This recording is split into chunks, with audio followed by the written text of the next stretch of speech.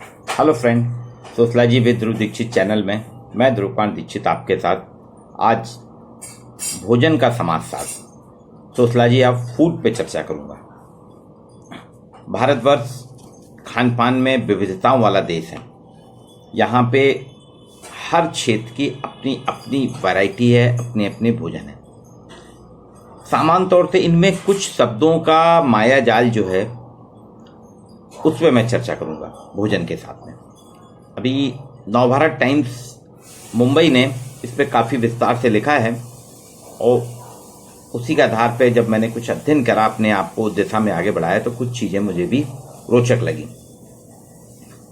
Navbharat times कहता है कि भारतीय फूड को, जो अपना भारतीय भोजन, उसको सामान्यतः हम कहीं भी चले जाएं, यहाँ जो भोजन बनाए जाते हैं स्थानीय और मौसमी मसालों के साथ बनाए जाते हैं।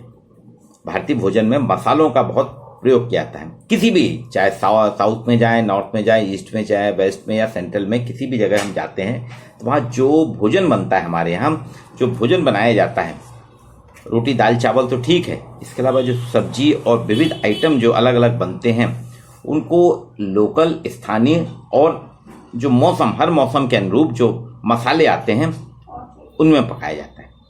सब्जी की जो ग्रेवी होती है, कितनी पतली और गाढ़ी है, इसको हमको अलग अलग, कहीं किसी सब्जी में आपको ग्रेवी बहुत पतली मिलेगी, किसी में गाढ़ी मिलेगी। इसके लिए सामान्यतः आजकल चलन में जो एक शब्द है वो करी कहलाता है, करी। लेकिन मैं मानता हूं कि भारतीय डिश, भारतीय भोजन जितने भी हैं, उसको करी ना कहा जाए, क्योंकि उत्तर भारत और अवध की जो संस्कृति है उसमें जो मीट वाले पकवान रहते हैं उनमें अलग अलग तरीके से पकाया जाता है। उसमें ग्रेवी का स्तर और मसाले का इंग्रेडिएंट, मसाले जो रहते हैं, अलग रहते हैं। अब उसी को वो कुछ लोग कहते हैं करी, लेकिन करी सब बिल्कुल अलग ही है।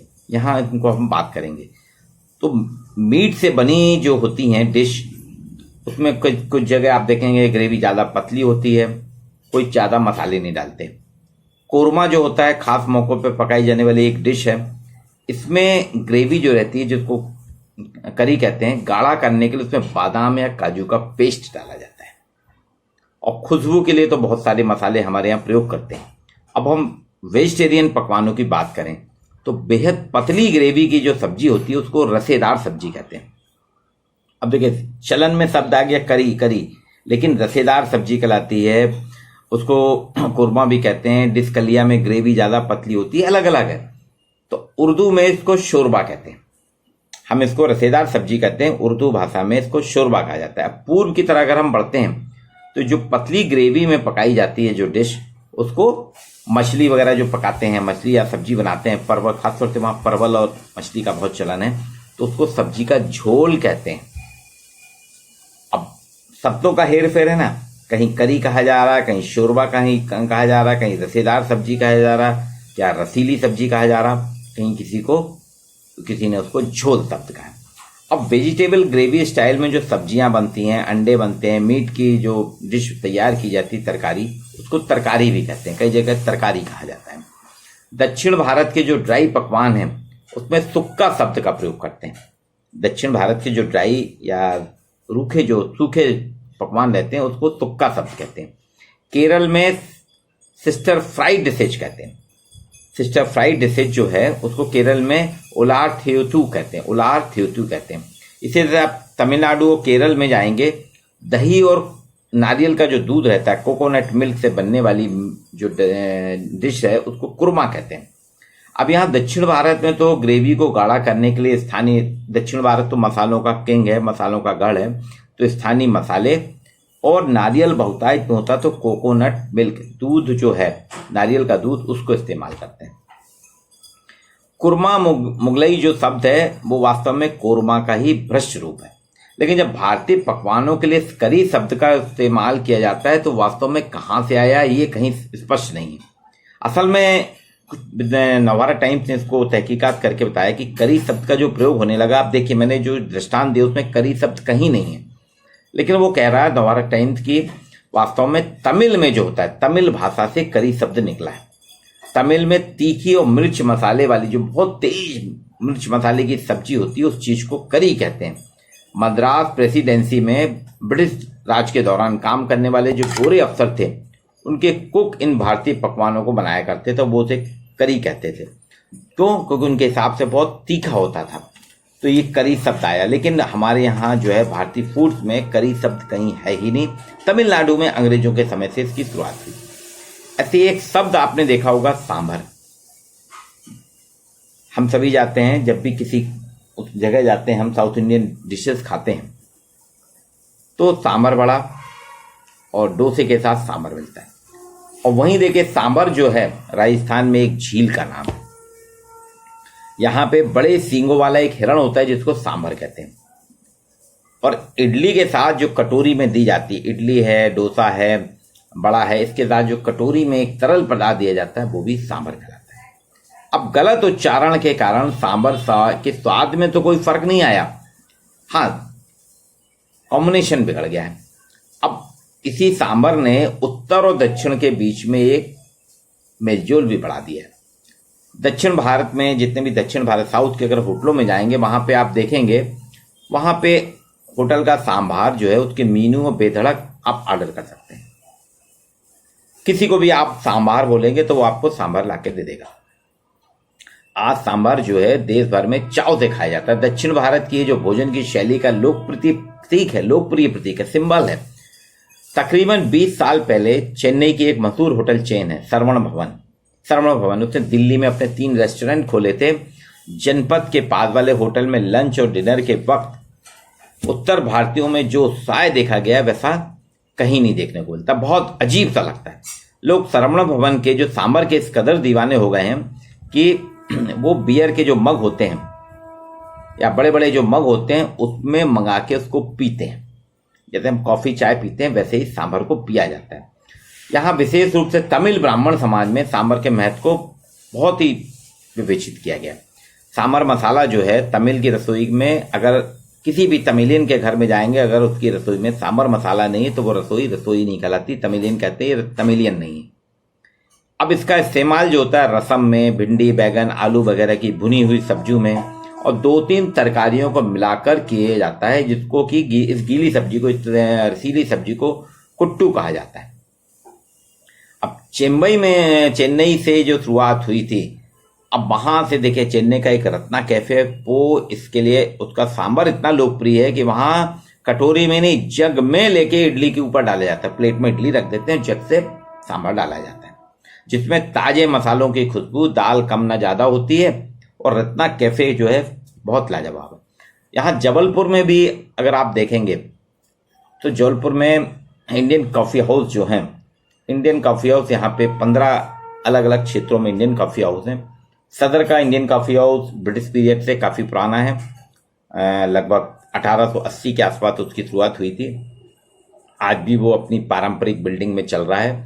वहाँ पे आपको डोसा लीजिए, इडली लीजिए, सांभर वड़ा लीजिए, आपको एक कटोरी में सांभर और नारियल की चटनी मिलती है। लोग बाग सिर्फ डोसा कम खाते हैं, इडली कम खाते हैं, लेकिन सांभर ज़्यादा पीते हैं, इतना लोकप्रिय।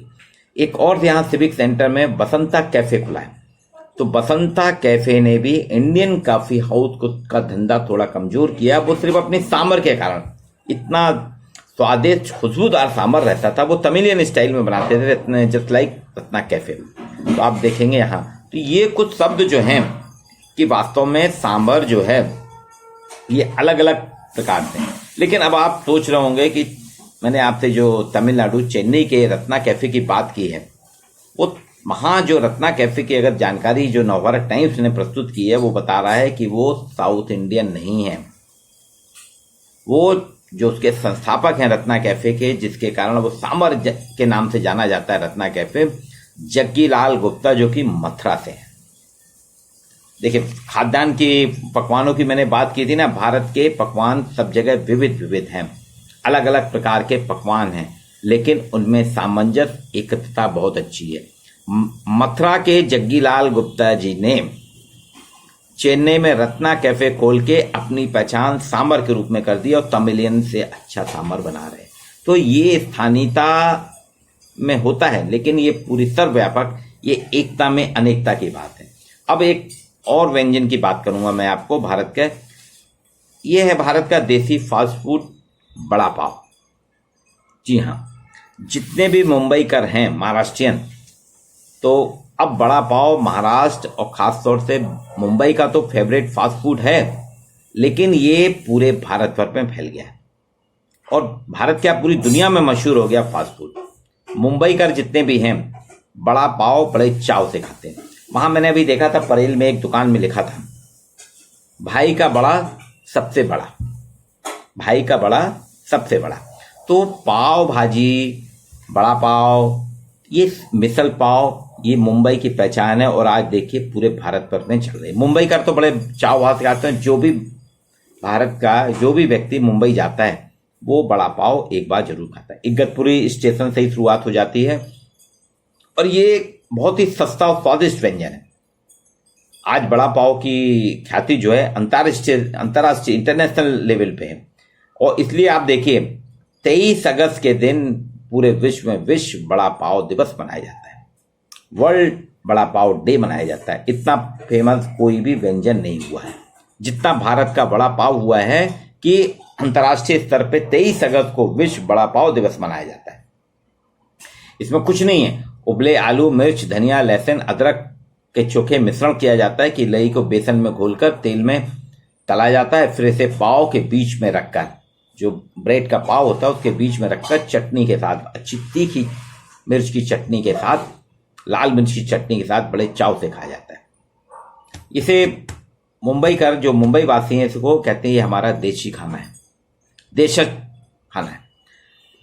वास्तव में इसका भी जो यह विश्व बड़ा पाव दिवस जो है उस पर सामना पेपर ने चर्चा की थी। वो कहते हैं व्यावसायिक तौर पर बड़ा पाव की बिक्री 23 अगस्त से ही शुरू हुई थी, इसलिए विश्व बड़ा पाव दिवस इसको मनाया जाता है। और उनका दावा है कि 1966 में, सामना ने लेख लिखा था कि 1966 में दादर स्टेशन के पास एक अशोक वैद्य के ठेले पर पहली बार बड़ा पाव ग्राहकों को परोसा गया था। उसी दौरान दादर में सुधाकर मात्रे नामक के एक और विक्रेता थे, उन्होंने भी बड़ा पाव की बिक्री शुरू की। सिर्फ आलू की सब्जी और रोटी खाने के बजाय लोगों ने बेसन के में तेल में तला हुआ बड़ा और पाव के साथ खाना शुरू किया और आज आप देखिए करोड़ों का बिजनेस है बड़ा पाव का। और पूरे मुंबई के हर क्षेत्र में आपको छोटी छोटी दुकानों में से लेके बड़े बड़े रेस्टोरेंट तक में कोने कोने में बड़ा पाव बनने लगा।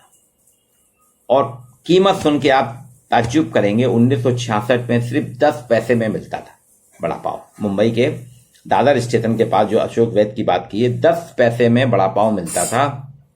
और दादर से लालबाग, परेल, गिरगांव के जितने भी इलाके में मिल मजदूर थे उनके लिए तो फेमस डिश था ये। 1970 से 1980 की अवधि में मुंबई में जब मिल बंद होने लगी तब कई युवकों ने गुजारों के लिए बड़ा पाव को रोजगार बना लिया। जो मिल मजदूर थे उन्होंने बड़ा पाव को रोजगार बना लिया और आज आप देखेंगे जो बड़ा पाव है मुंबई के हर गली चौराहे बाजार में बिकता है, रेस्टोरेंट मिलता है, शॉपिंग मॉल में मिलता है। फिनिक्स मॉल में जो कि सबसे महंगा और सबसे बड़ा मॉल है वहां पे बड़ा पाव मिलता है।